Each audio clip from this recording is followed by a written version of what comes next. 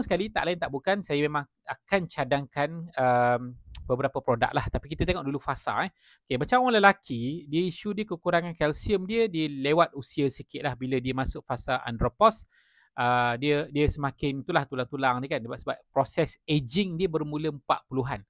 Tapi kalau orang perempuan, proses keperluan kalsium yang sangat tinggi bermula lebih awal kan. Kalau daripada sekolah menengah tu dah period kan, dah 20-an ke 30-an start mengandung, menyusu, hamil, banyaklah. Dan bila fasa semakin berusia kan, 40-an kan, dia masuk awal premenopause, lepas tu menopause kan. So masa tu drop dia punya banyak hormon. Bila hormon estrogen tu tak ada, maka drop banyak dekat masalah kalsium tu drop banyak.